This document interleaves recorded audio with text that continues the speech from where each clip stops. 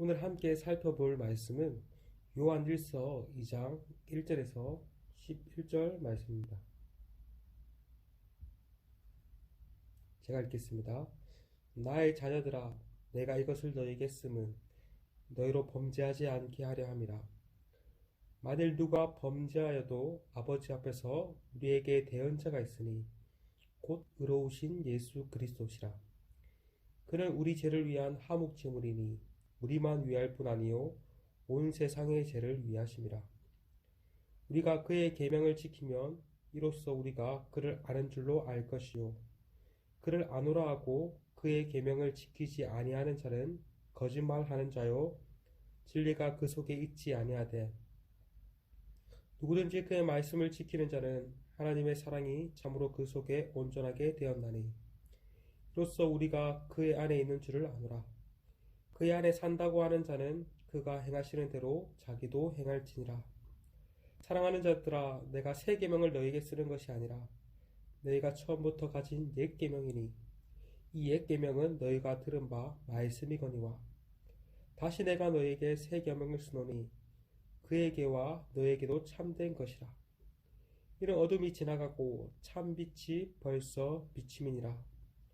빛 가운데 있다면서 그 형제를 미워하는 자는 지금까지 어둠 가운데 있는 자요. 그 형제를 사랑하는 자는 빛 가운데 거하여 자기 속에 거리낌이 없으나 그의 형제를 미워하는 자는 어둠에 있고 또 어둠에 행하며 갈 곳을 알지 못하나니 이는 그 어둠이 그의 눈을 멀게 하였습니다. 아멘. 사도 요한은 편지를 수신하는 믿음의 공동체를 향하여 자녀들아 라고 부릅니다. 이것은 자신이 영적 아비로서 아비의 심정을 가지고 영적 자녀들에게 건면한 것입니다.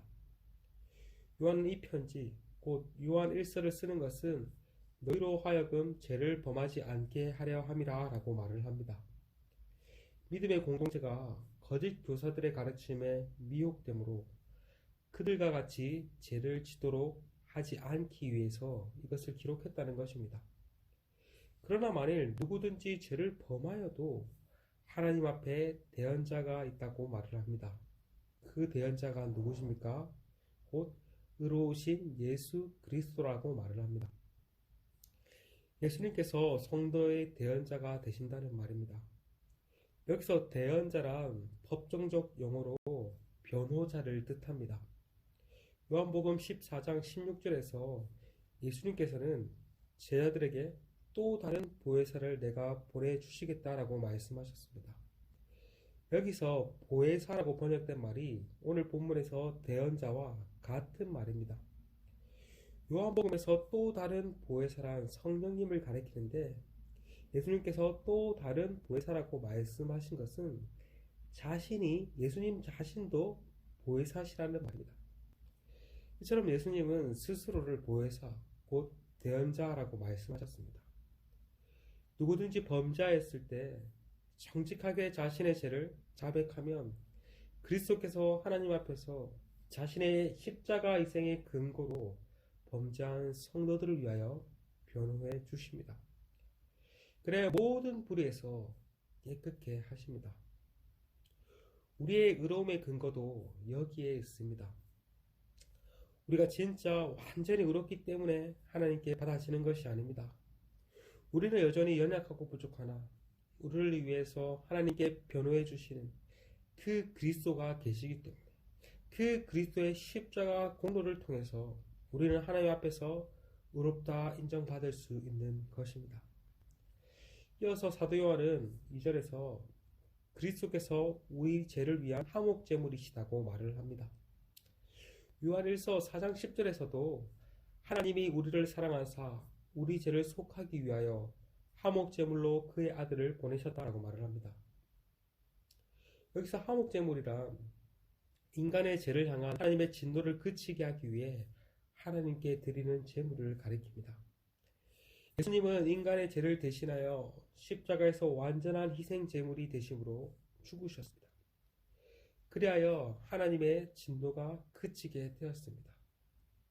이러한 예수님의 화목 사역으로 말미암아 우리는 죄 용서를 받고 하나님께 나아가 하나님과 교제할 수 있게 되었습니다. 그러나 여전히 우리는 죄의 오염의 영향 아래 날마다 죄를 짓고 살아갑니다. 그러나 그럼에도 불구하고 날마다 죄의 용서의 은혜가 베풀어집니다. 이 또한 우리를 변호하시는 그리스도가 계시기 때문입니다. 바라기는 오늘도 우리의 대연자시요 화목 제물이 되신 그리스도를 의지함으로써 나아가길 소망합니다. 그로 인해서 하나님께 감사하며 오늘도 죄와 싸워 승리하는 우리 모두가 되길 소망합니다. 이어서 사도 요한은 3에서 4절에서 그의 계명, 곧 그리스도의 계명을 지키면 이로써 우리가 그리스도를 아는 줄 안다라고 말을 합니다. 반면 그리스도를 안다고 하면서 그의 계명을 지키지 아니하는 자는 거짓말하는 자요 진리가 그 속에 있지 아니하다라고 말을 합니다. 이것은 무엇을 의미합니까? 그리스도의 계명을 지키는 것과 그리스도를 아는 것은 깊은 관계를 맺는다는 것입니다. 우리는 흔히 그리스도를 알아간다, 하나님을 알아간다고 할 때 단순히 지적으로 동의하고 지적으로 아는 것으로만 생각하기 쉽습니다. 말씀을 읽고 묵상하고 성경 공부를 하는 차원에서 생각하기 쉽습니다. 그러나 이것은 하나님을 아는 한 부분에 지나지 않습니다.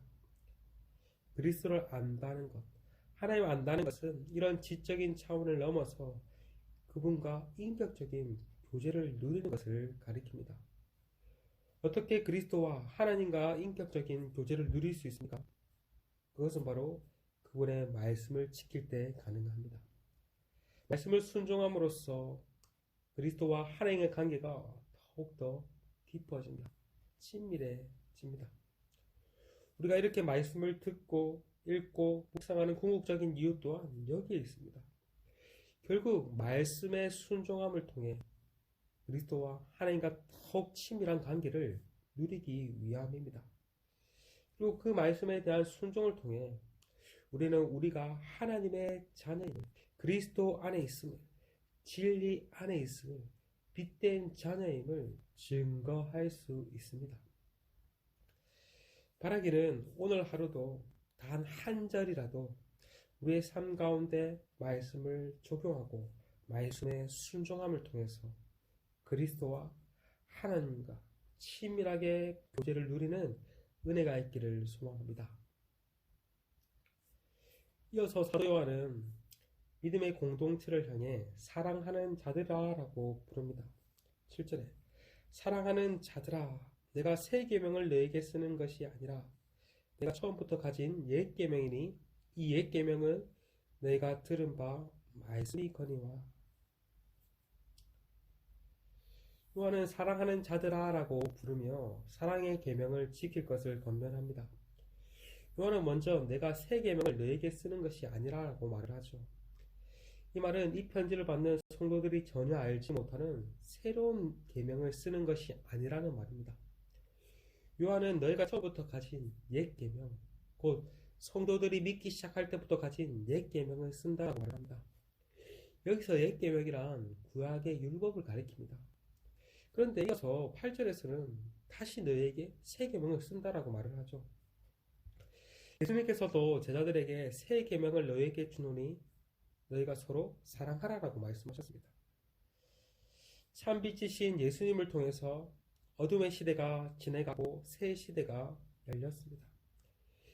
참 빛이신 예수님이 오심으로 새 계명, 사랑의 계명을 온전히 이루셨습니다.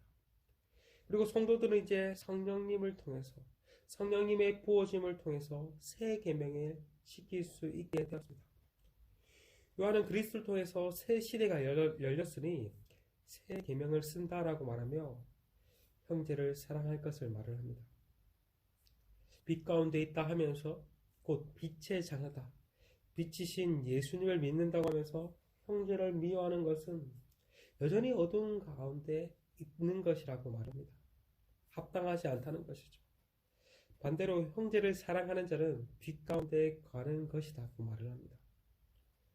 형제의 사랑의 유무를 통해서 빛의 자녀인지 아닌지를 알 수 있다는 것입니다.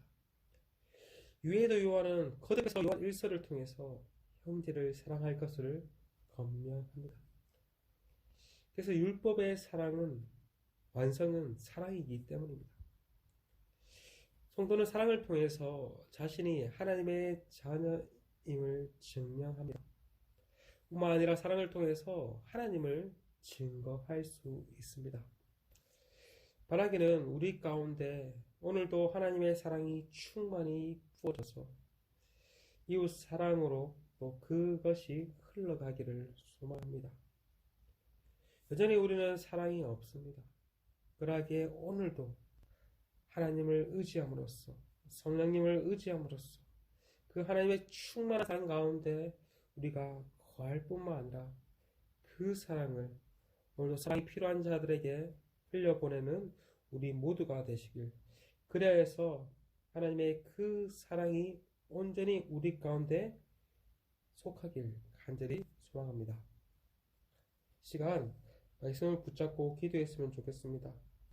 진리를 보는 눈이 어두워지지 않도록 우리 가운데 미워하는 것을 버리게 하시고 온전히 형제를 사랑하는 데까지 나아갈 수 있도록 은혜를 허락해 달라고 이 시간 함께 기도하시며 나아가시겠습니다.